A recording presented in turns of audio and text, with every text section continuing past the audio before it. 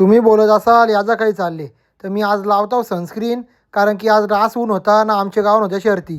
तिकडं जायचं होता तर उन्हाच्यासाठी आपल्याला सनस्क्रीन लावणं जरुरी आहे. मग लावली सनस्क्रीन, ए बीला घेतला ना, निघलो अड्ड्यान जायला. तर इकडं अंजादा अड्ड्याचा रस्ता दाखवायला उभा होता ना, मग त्याचं ऐकून पुढं निघलो ना, आलो अड्ड्यान ना, भेटला रायबाला नेलता रस्ता दाखवाला. चालू सीझनचा बादशाह रायबा नाही. इकडं बाल्याचा काम चाललेला खुट्या टोकाचा, त्याच्या खुट्या टोकी होता तर इकडं बिल्लाला पण आणला ना, आपल्या स्वामीला पण आणलेला.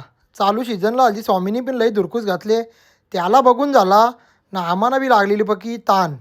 बोलो लई गरम होतं र. मग आलो आम्ही पण ज्यूस पियाला. तिकडून आला बुरदुलचा बादशाह रुतिया ना, आलो एवढी गर्दी जमायला लागलेली की उभा राहायला जागा नव्हती. म्हणलं हे केतन म्हात्रीनी टेम्पो बसायचा निर्णय घेतला ना, तो गेला टेम्पो. इकडं आमऱ्याचा बॉलिंगमध्ये पेस का वारले तर कासरं धरतं. मग लागलो जरा शर्ती बघायला.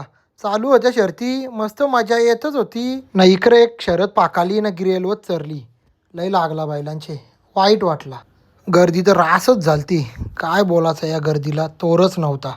पहिलाच अड्डा होता ना, आवरी गर्दी ना. इकडं आमची रायबाजी शरद आलती बघा कशी. जराशीसाठी गेली देवावली गाडी न, तर शरद जिंकूनच होतो. मग ती आम्हाला नाराजगी झाली ना, आम्ही बी त्या नाराजगीन घरी जायला निघलो. भेटला केतन मात्रे, मग त्याला बी केला बाय बाय ना, आम्ही बी निघलो घरी. असा होता आपला शर्तींचा ब्लॉग. कसा वाटला? जसा होतं तसं बनवता.